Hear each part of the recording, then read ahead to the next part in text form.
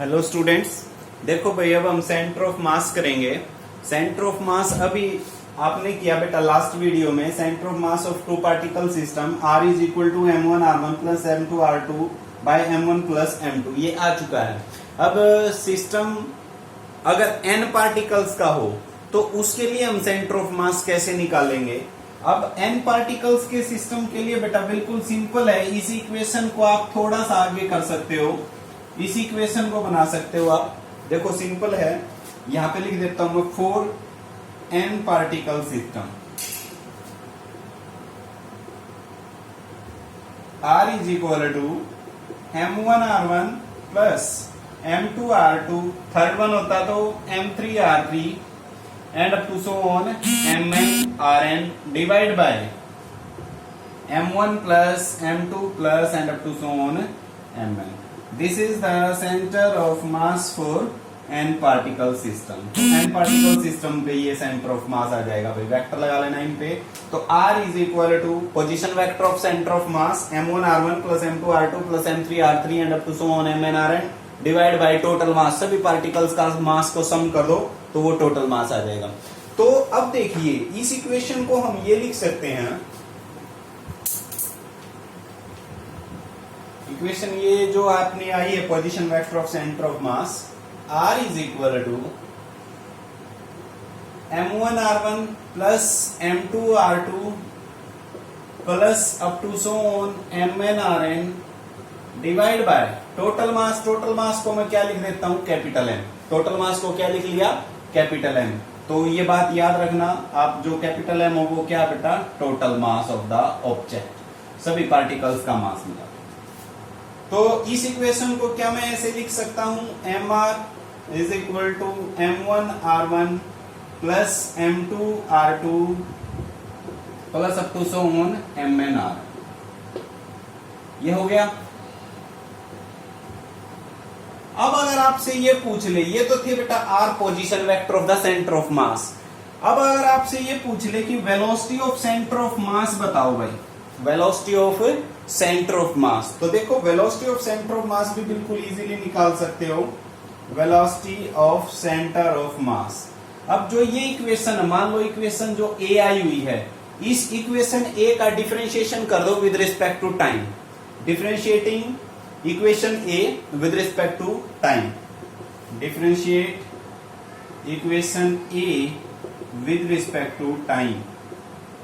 अब टाइम के with respect to इसका डिफरेंशिएशन करोगे तो देखो m तो बाहर है constant terms, dr by dt is equal to m1 dr1 by dt plus m2 dr2 by dt and up to so on mn drn, ये n नीचे आएगा भाई, drn बाई dt। अब देखो dr by D T position vector by time, position vector by time यानी कि ये क्या होगी, velocity.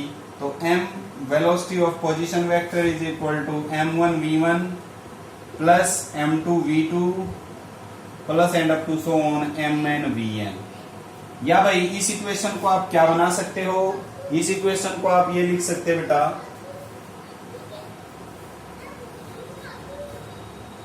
v is equal to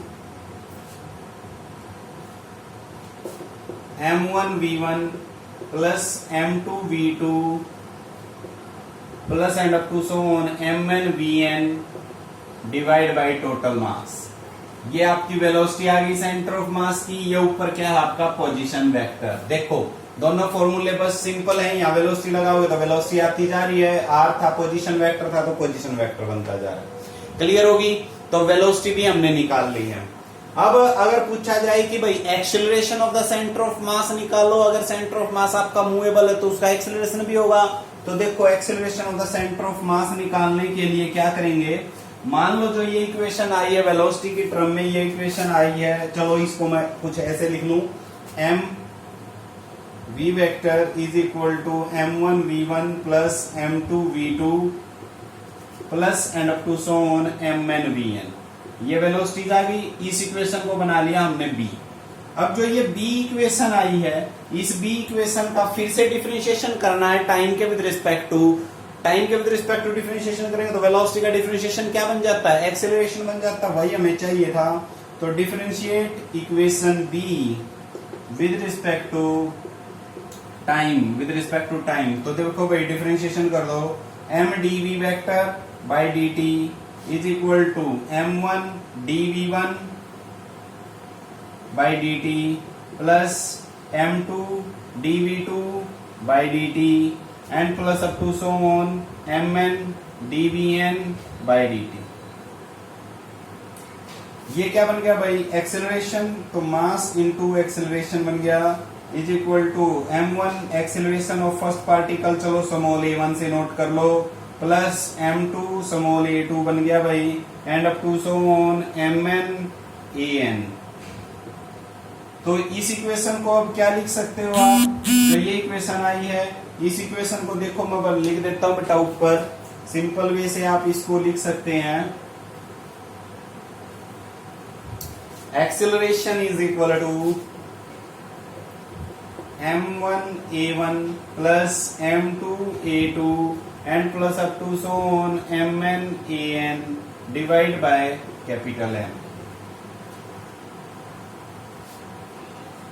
तो देखिए भाई सेंटर ऑफ मास का हमने पोजीशन वेक्टर निकाला था बेटा, पहले तो r आ गया था, r आ गया था तो r की हेल्प से फिर हमने क्या निकाली, velocity of centre of mass, और velocity of centre of mass के बाद फिर हम क्या कहां पे पहुंच गए हैं, acceleration of centre of mass. तो ये 3 क्वेश्चन बन जाते हैं, find the position vector of centre of mass, find the velocity of centre of mass और derive the relation for the acceleration of centre of mass. तो तीनों मैंने करके दिखा दिए बेटा, पोजीशन निकाल लिया, वेलोसिटी और एक्सेलरेशन, तो तीनों आ गए हैं। अब एक क्वेश्चन और ये बन जाता है कि प्रूफ कीजिए कि जो सेंटर ऑफ मास अगर मूव करेगा तो वो law of conservation of momentum को ओबे करेगा जब तक कि कोई भी एक्सटर्नल फोर्स अप्लाई ना हो। Means we can say that if there is no external force then the motion of the centre of mass obey, then the motion of the centre of mass obey law of conservation of momentum. तो अब question ये पूछा जा सकता है, how can we say that कि if there is no external force applied on the center of mass then it obey law of conservation of momentum। तो अब इस क्वेश्चन का आंसर देख लीजिए भाई, आप क्या कैसे दोगे आप,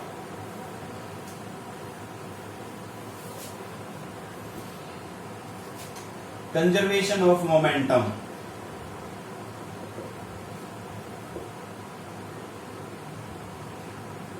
तो देखो एक इक्वेशन अपने पास आई हुई है, m1 v1 v वेलोसिटी की टर्म में, m2 v2 and plus up to so on mn vn divide by m, divide by m। ठीक बात है। चलो अब इस इक्वेशन को आप क्या लिख सकते हैं, m इधर कर दीजिए, m into v vector is equal to m1 v1 plus m2 v2 vector plus and up to so on mn vn। ये इक्वेशन बन गई भाई अपने पास। चलो अब एक इक्वेशन अपने पास क्या थी, f is equal to total mass, total mass को ऐसे लिख लेते हैं d by dt mass into vi vector. अब देखो vi वेक्टर लिख दिया तो चलो मैं यहां इस m को अंदर घुसा लेता हूं भाई, mi कर लेता हूं मैं, इसको मैं ऐसे लिख लेता हूं d by dt of mi vi vector. अब ऐसा क्यों लिखा मैंने वो ध्यान से सुन लीजिए। mi vi की प्रोडक्ट क्या होती है, मोमेंटम होती है, सीधी सी बात है। तो dp बाई dt को हम f लिख सकते हैं, dp बाई dt को हम क्या लिख सकते हैं, f लिख सकते हैं। अब जो ये mi है, ये mi बार ले लिया मैंने, m बार ले सकते हो आप, वो कोई बात नहीं है। तो इसका मतलब अगर मैं नेट फोर्स को क्या लगाऊं, नेट फोर्स को क्या लगाऊं, मास इनटू वेलोसिटी को, नेट फोर्स को 0 बना देता हूं। नेट फोर्स को 0 बना दिया तो सीधी सी बात है, यहां से देखो d by dt of mi vi is equal to क्या हो गया, 0। और ये क्या है, d है ना, dp by dt is equal to क्या हो गया, 0। किसी भी फिजिकल क्वांटिटी का अगर डिफरेंशिएशन जीरो है, किसी भी फिजिकल क्वांटिटी का अगर डिफरेंशिएशन जीरो है तो वो फिजिकल क्वांटिटी हमेशा ही कांस्टेंट होती है बेटा, क्योंकि कांस्टेंट का डिफरेंशिएशन क्या रहता है, जीरो। ये बात याद रखोगे, किसी भी फिजिकल क्वांटिटी का अगर डिफरेंशिएशन जीरो है तो वो फिजिकल क्वांटिटी हमेशा ही कांस्टेंट है। तो this will implies P is equal to क्या हो गया, कांस्टेंट। P आपका क्या बन गया है यहाँ पे, कांस्टेंट। P क्या है आपका, लीनियर मोमेंटम। P क्या है, लीनियर मोमेंटम। तो लीनियर मोमेंटम आपका क्या रह जाएगा, कांस्टेंट रह जाएगा किसी भी n पार्टिकल सिस्टम के लिए, अगर उसके पास कोई एक्सटर्नल फोर्स ना हो। तो आप ये भी लिख लेना, if no external force on it, if no external force on it. एक कोई भी एक्सटर्नल फोर्स अप्लाई ना हो तो मोमेंटम कंजर्व्ड रहेगा, अगर हमने एक्सटर्नल फोर्स अप्लाई कर दिया तो वो कंजर्व्ड नहीं रहेगा। ठीक है बेटा, तो इस वीडियो में हम इतना करते हैं, नेक्स्ट हम टॉपिक्स करेंगे नेक्स्ट वीडियो में। तब तक आप इसको पढ़िए, अच्छे से समझिए। Thank you, have a nice day.